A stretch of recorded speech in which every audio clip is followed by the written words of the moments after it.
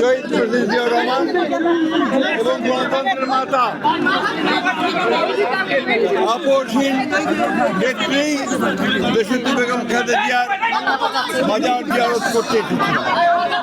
আমরা সবাই তাদের প্রতি শ্রদ্ধা জ্ঞাপন করেছি, শ্রদ্ধা নিবেদন করেছি, পুষ্পাঞ্জলি অর্পণ করেছি এবং আমাদের নারী সদস্যরা এখানে শপথ গ্রহণ করেছেন যে তারা বাংলাদেশে গণতন্ত্রকে প্রাতিষ্ঠানিক রূপ দিতে, জাতীয় সংসদকে কার্যকরী করার ক্ষেত্রে এবং জাতীয় সংসদকে সত্যিকার অর্থেই সকল কর্মকাণ্ডের কেন্দ্রবিন্দু পরিণত করতে তারা তাদের ভূমিকা রাখবেন।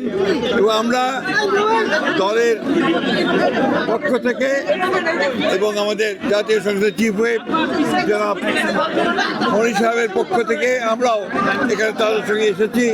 একইভাবে তাদের এই শপথ এবং তাদের এই আজকে যে তারা এসেছিলেন তাদেরকে আমরা সমর্থন করেছি। আমরা আশা করি যে তারা তাদের ভূমিকা যথাযথভাবে পালন করবেন। ধন্যবাদ।